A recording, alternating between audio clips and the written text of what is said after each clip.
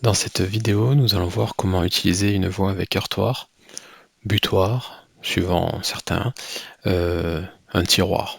Nous allons commencer par ajouter la voie. Donc nous passons en mode édition.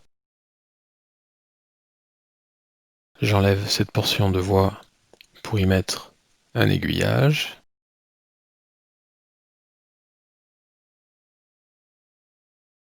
Voilà, un petit bout de voie. Je vais y mettre un signal.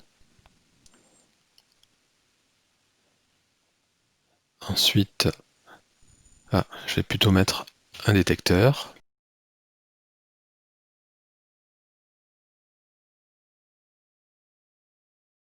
Le bloc. Un autre détecteur. Une portion de voie et le heurtoir. Peut-être inversé, voilà.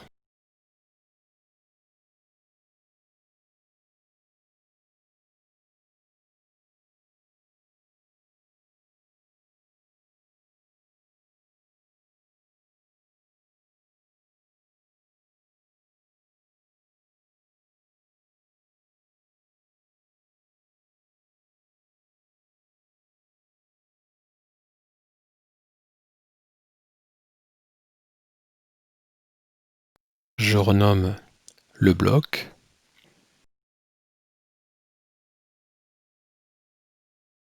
Maintenant, je renomme les détecteurs. Comme toujours, vous donnez le nom que vous voulez.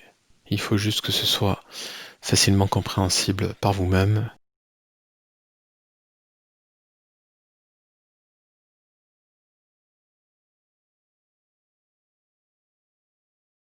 Je mets une adresse au signal. Nous referons une série de vidéos sur les signaux plus tard. Et maintenant, je vais dans les réglages itinéraires du bloc pour définir le fonctionnement des détecteurs, c'est-à-dire lui dire quel est le détecteur d'entrée et quel est le détecteur de sortie pour chaque sens d'entrée dans le bloc. Comme nous l'avions vu dans les vidéos précédentes. Nous allons maintenant passer le schéma au routeur pour calculer les nouveaux itinéraires. Voilà, nous avons ici dans le message de confirmation l'ajout de nouveaux itinéraires, 4. D'ailleurs, je vais enlever la flèche qui imposait le sens de circulation pour le remplacer par un bout de voie. Et je repasse au routeur et nous voyons ici encore plus d'itinéraires possibles. Je passe maintenant en mode exploitation, j'active le mode automatique et nous allons faire un essai en demandant à une locomotive d'aller dans le tiroir. Rockrail trace l'itinéraire. Alors ici nous voyons les deux détecteurs s'activent en même temps. C'est parce qu'en fait ils doivent être sur la même adresse. Nous allons le rectifier en allant dans Propriétés.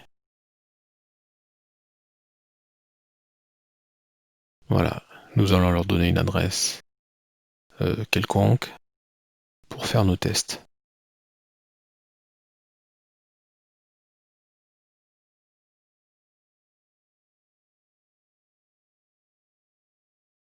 Et maintenant, nous voyons que les deux détecteurs sont indépendants. Je repasse en mode automatique. Je refais mon test.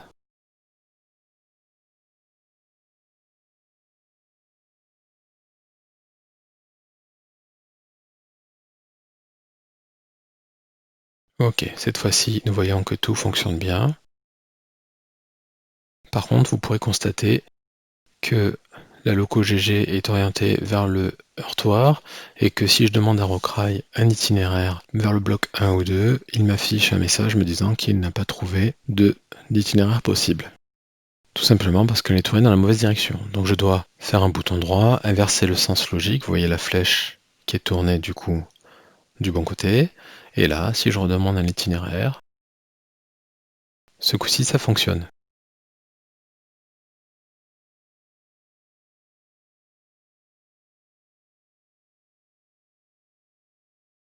Alors cela peut être gênant de devoir faire cette opération à chaque fois que nous avons un train qui va aller sur un tiroir, alors que bien évidemment il ne pourra repartir que de là où il vient. Et donc ça, nous pouvons le régler dans Recrail. Je désactive le mode automatique, je vais sur les propriétés du bloc, et vous voyez ici l'option Gare Terminus qui est grisée. Je ne peux pas l'activer. Pourtant, c'est bien ce que je voudrais faire. En fait, il faut décocher Permettre le changement de direction pour pouvoir accéder à cette option Gare Terminus que je coche. J'en profite pour décocher la pause, comme ça le changement de direction se fera de manière instantanée dès que le train s'arrête. Je valide et je fais mon test.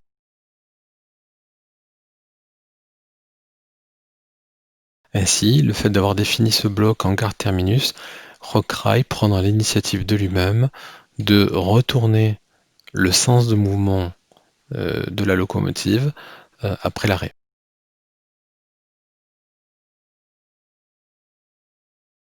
Donc j'ai mon train, je le fais arriver dans le bloc et là vous allez voir, quand je vais activer le dernier capteur, le train, la locomotive s'arrête et fait aussitôt demi-tour. La flèche est tournée dans le bon sens. Voilà, vous savez maintenant comment définir une gare terminus.